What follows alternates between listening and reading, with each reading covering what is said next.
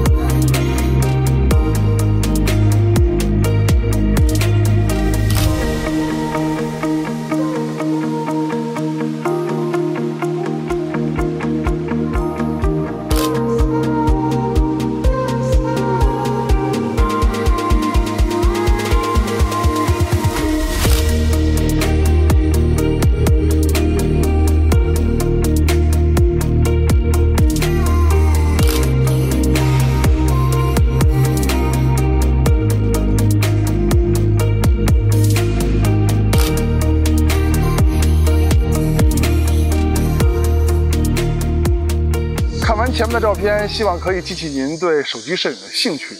那么欢迎收看 ZPH， 别忘了点赞加关注支持我们哦。那么下面我们就来看看这两台手机的表现吧。两台手机都是3颗镜头，主摄、超广角和长焦镜头，它们的焦段也都是1835跟85焦段，非常经典的3个焦段。左边黑白配色的就是领先版。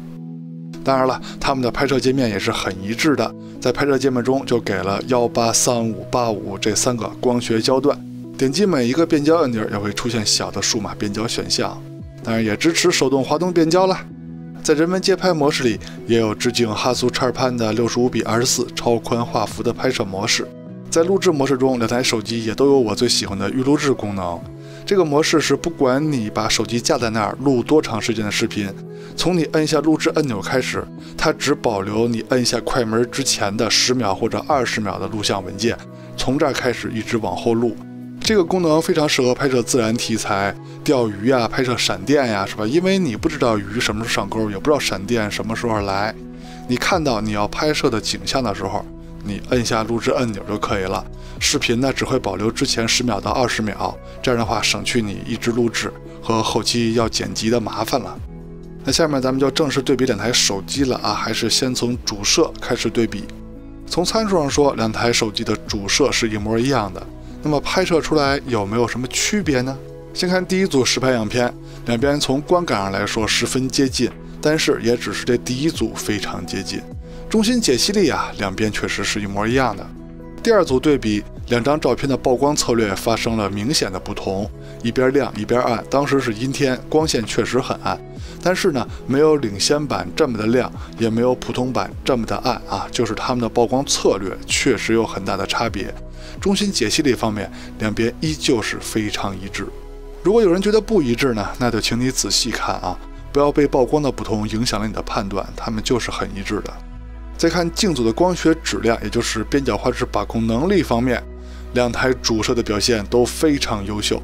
再看另一角的表现也是如此，它们的表现都很棒。两台主摄都有5000万像素高清模式，这回曝光策略基本一致了。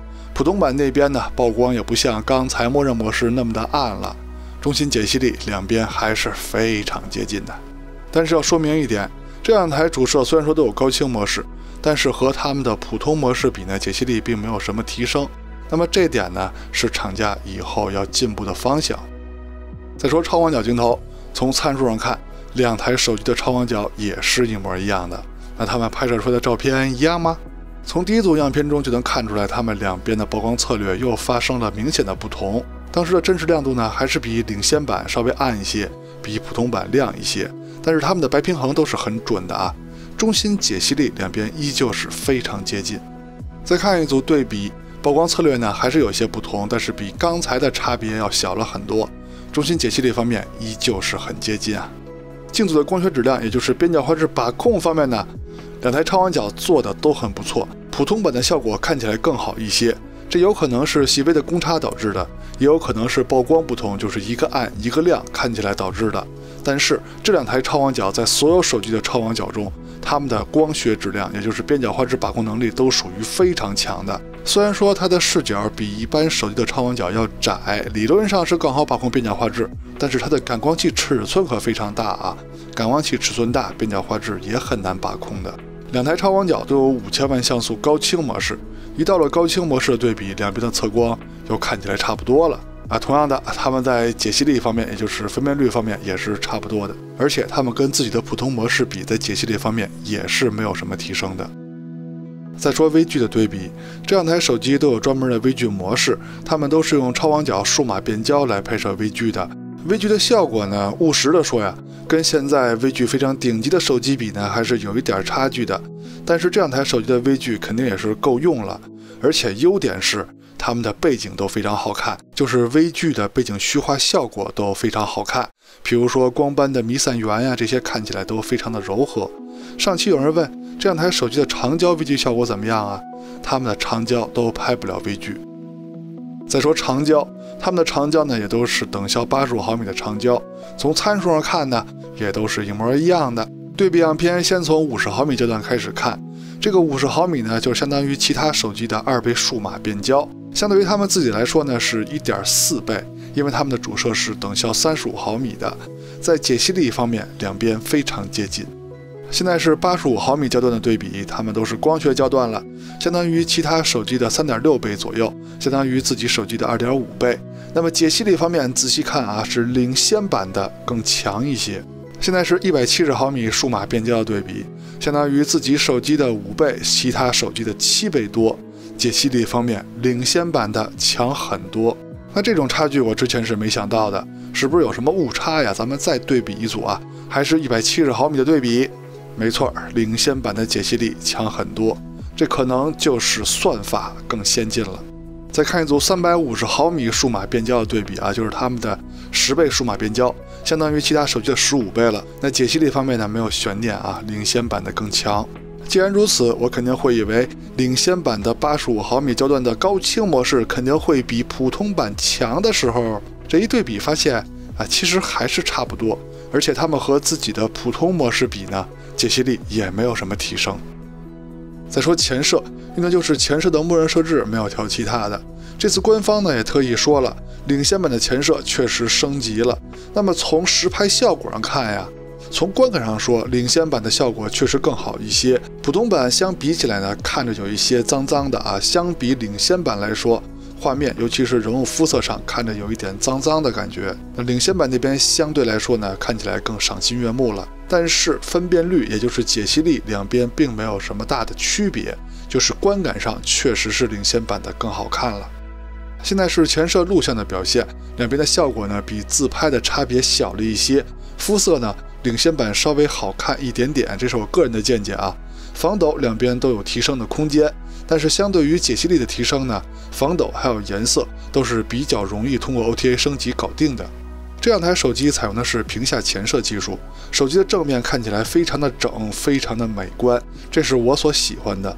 那如果你也不追求前摄的质量，也只是用来满足视频通话呀、身份验证啊，那么这两台手机的前摄质量肯定是够用了。但如果您追求的是前摄质量的话，那跟现在的挖孔屏前摄比起来，它们的自拍质量肯定还是要差一些的。再说人像拍摄，两台手机都是属于很擅长人像拍摄的手机，而且它们的拍摄效果呢也非常接近。它们都是等效35毫米焦段的光学主摄，35毫米焦段呢非常适合拍人文，那拍人文的镜头肯定也非常适合拍人像咯。最近几代努比亚的旗舰产品在拍人像方面都没有让我失望过，人物的肤色呀、背景虚化的效果呀，还有人物的美颜呀，都可以说做得挺好的。而且这两台手机还有非常不错的夜景人像拍摄能力，这点呢上期节目已经说了，这里就不再赘述了。总之，两台手机拍摄人像的效果都非常不错，而且两台手机的效果也很接近。在直出扩张度的测试中，两台手机也呈现出了不同的风格。在多数场景中，无论是主摄还是超广角，领先版这边的暗部细节呈现确实更丰富，但是它的暗部并没有暗得下来，也就是没有压下来。普通版那边暗部细节呈现其实也是很丰富的，而且暗部是可以压下来的。比如说这几个场景可以明显看出来，普通版的照片看起来更好看一些，领先版那边呢就有些发灰发白了，这就是它的暗部没有压下来导致的。只有在极个别场景，领先版那边的效果是要强于普通版的，因为普通版那边的暗部确实有些过暗了，但其实细节呈现也还算丰富。再看夜景的对比，第一个场景主摄就出现了测光的不同，导致领先版这边暗部细节呈现更丰富一些，超广角的表现就像一台手机拍出来的一样。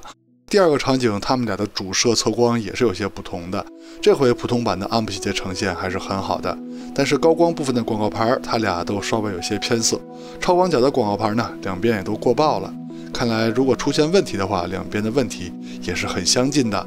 那么下一个场景，无论主摄跟超广角，他们的表现都是高水平的。就算到了非常难的这个场景啊，老观众都知道这个场景很难，他们的表现也是非常到位的啊，无论是主摄还是超广角，效果都很好。现在是50毫米数码变焦的表现，两边的成像水平很接近。现在是85毫米长焦镜头的表现，两边依旧是非常的接近。那现在是170毫米数码变焦的表现，两边还是非常的接近。而且长焦镜头在夜晚这种霓虹灯的环境下表现还是很好的，尤其是清晰度方面啊。来到了灰暗的城市环境，两台手机无论是主摄还是超广角，它们的表现还是水平挺高的。主摄清晰度很高，细节呈现很充分，最重要的是超广角的表现。这两台手机的超广角真的是可以堪比主摄了，它跟主摄拍摄出来的细节呈现还有清晰度真的是非常接近。现在是85长焦镜头的夜景表现，可以看到领先版的清晰度更高。祖传神助场景开始就打开夜景模式了，主摄的表现两边没有问题，细节呈现很充分，超广角的表现非常好，细节呈现很好。健身器场景是非常极限的场景，我本以为两台主摄的表现应该非常接近，但是领先版的细节呈现是更丰富的。超广角的表现，两边虽然说亮度不同，但是细节呈现的水平还是非常接近的。树林小路场景，主摄的表现，领先版的细节呈现更丰富。超广角两边差不多，他们的超广角细节呈现也是非常到位的呀。最后一个极限的场景，祖传神助 Pro， 没有悬念啊。主摄的表现、细节呈现方面是领先版的更充分，超广角的表现两边依旧很强悍啊，依旧可以在这个场景拍出细节，很厉害。视频录制用的是手机的默认设置，也是最接近微信、抖音等社交软件录制的效果。现在是主摄白天手持走路的表现，这3.5端看着走得好慢啊，其实就是正常速度。两边的清晰度、颜色都很不错，很接近，连防抖都很接近啊，防抖可以再稍微加强一点。现在是超广角的表现，在色彩、清晰度、稳定性方面，两边的表现都非常优秀。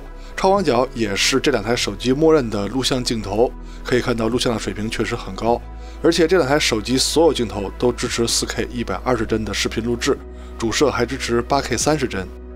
现在是50焦段的录像表现，两边的防抖清晰度都很好，而且两边的表现也很接近，但是在平移的时候是有拖拽现象的，这一点呢还是可以再加强一下。现在是85端长焦头的录像表现，两边的清晰度依旧是非常接近的，颜色也是非常接近的，但是防抖是领先版的更好。现在是170毫米数码变焦的表现，可以看到解析力方面是领先版的更强一点。现在是主摄夜晚的录像表现，防抖肯定会比白天差一些啊，这很正常，但是清晰度两边还是非常高的。现在是超广角的录像表现，可以看到清晰度还有细节呈现方面也是非常优秀的啊。两台手机超广角的夜景表现真的是不错。现在是85长焦的录像表现，一看清晰度就知道他们就是直接用长焦镜头进行录制的，噪点稍微多一些，但是清晰度非常的高，防抖也比较理想。工业设计方面，就是手机造型方面，两台手机就没有什么可比的了，它俩就是一模一样。两台手机正面采用了屏下前摄技术，正面看起来非常的规整，背面呢看起来非常的威猛。总之，你们喜欢这两台手机的工业设计吗？就是你们喜欢这台手机的造型吗？通过对比，两台手机在影像方面，前摄领先版变强了，长焦领先版变强了。当然，在录像上，长焦也是领先版更强，防抖也是更好一些。还有大家都比较关心的夜景也是领先版更强。在硬件上呢，处理速度领先版用的是最新的骁龙8/3领先版，处理速度肯定也是比普通版更强的。那至于游戏啊、发热呀、跑分这些呢，就不是我们节目的重点了，我们也不懂啊，我们只是聊影像的节目。如果你有需求了解更多呢，就欢迎去看其他的节目吧。OK， 到结尾了，看完前面内容，希望在选择方面为您提供了帮助，也希望您能喜欢我们的节目，别忘了点赞加关注支持我们啊！我们下期节目再见，拜拜。